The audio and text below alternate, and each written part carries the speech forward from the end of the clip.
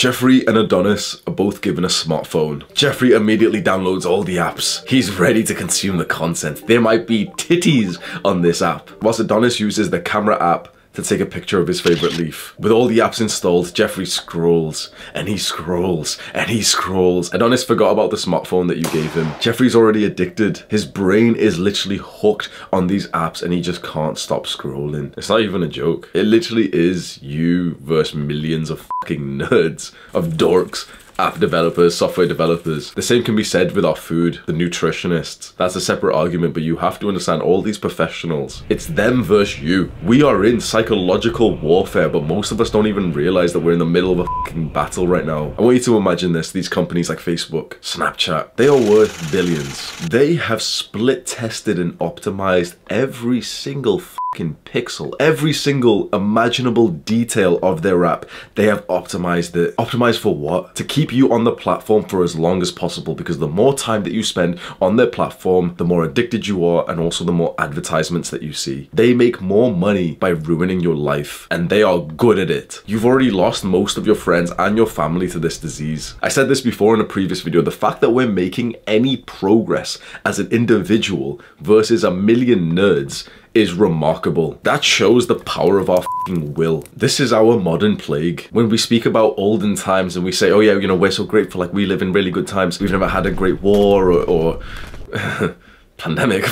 This is our plague. This is our Black Death. This is our Spanish flu. This is our World War. Billions of people are affected by this. Let me say that again. You've lost most of your friends and family to this. Like, they're too consumed now. You've seen them. You speak to a loved one and they don't even look away from their f***ing phone when they answer. And we think we're the special ones, don't we? We're the ones who know about it, but you're watching me through a f***ing screen and you're addicted to my videos. You're still hooked on YouTube. Just because you're on self-improvement doesn't mean that you're f***ing cured of this disease. You want to know who my best fans are? The ones who don't even watch my YouTube videos. They're the guys that watch my videos, and they might even had some contact with me when I had a smaller channel and I used to preach about this about dopamine detox and stay away from technology. And then they went out into nature and never f***ing came back. They closed this shit off. But you with your f***ing YouTube blocker. I'll set it so I'm only allowed 1 hour a day.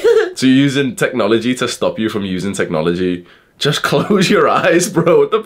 And we're supposed to give a disclaimer to say, oh, but you know, technology is fantastic and there can be really good uses. And of course they can, yeah, 100%. But that's like saying morphine, that's like saying heroin. It's fantastic because there's good uses. Like, yeah, but the majority of normal people who are taking that aren't doing it for a good use. Are you actually getting a benefit from my videos? Are you actually watching a video, spending 5 to 10 to 20 minutes staring at your wall after you watch the video and then taking a change in your life? Or are you a consumer who just thinks that watching the videos makes you productive? I don't know about you, but this idea of being in battle against these fucking nerds, it enrages me in a sense that I'm tired of these dorks ruining my life with these algorithms. I like to believe that I'm a big step in front of most people in this space of, like, you know, taking a step back from technology.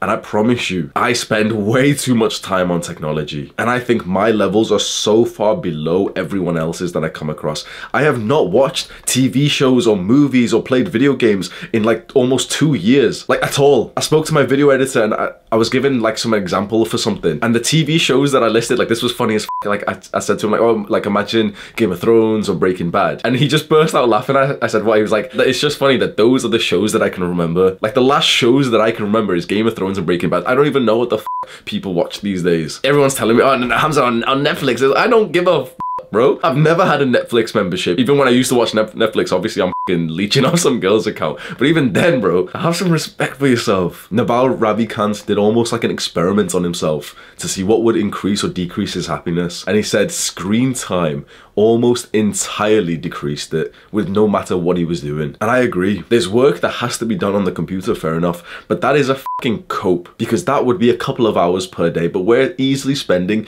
60, 70, 80% of our time on screens these days. We in self-improvement, we're so sure that when the metaverse comes out, we're not going to dip into it. Yes, we fucking are at this point. We're almost as hooked as everyone else. And in fact, we're in the dangerous egotistical position where we feel like we're better than everyone else. And so we're blinded by our weaknesses. Because if you tracked how long you spend on YouTube or on your phone, on Instagram, on fucking...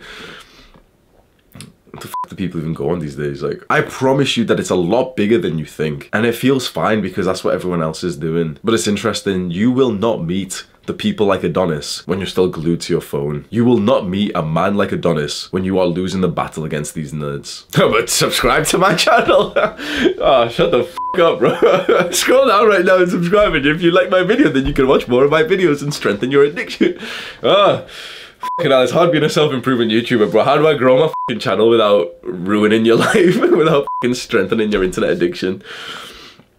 Fuck. That's honestly a fucking point I've got to break down on the Hamza Unfiltered channel. But I guess I'm just doing it here anyway. What the f do I even do with this channel, man? Like, I'm growing it and I'm preaching like a good message, and I think we are, like, the benefits of this channel is outweighing the negatives of like more young men getting addicted to another YouTuber. But it always just makes me feel fucking weird when I make one of these videos and I say like, oh yeah, you know, YouTube's addiction, like stop going on the internet and everything. And then also like, please watch my other videos so then I can have enough money to like keep growing the channel and you'll make me successful and me and my boys. Yeah. I don't know, bro. Do the hard work, especially when you don't feel like it. Mwah.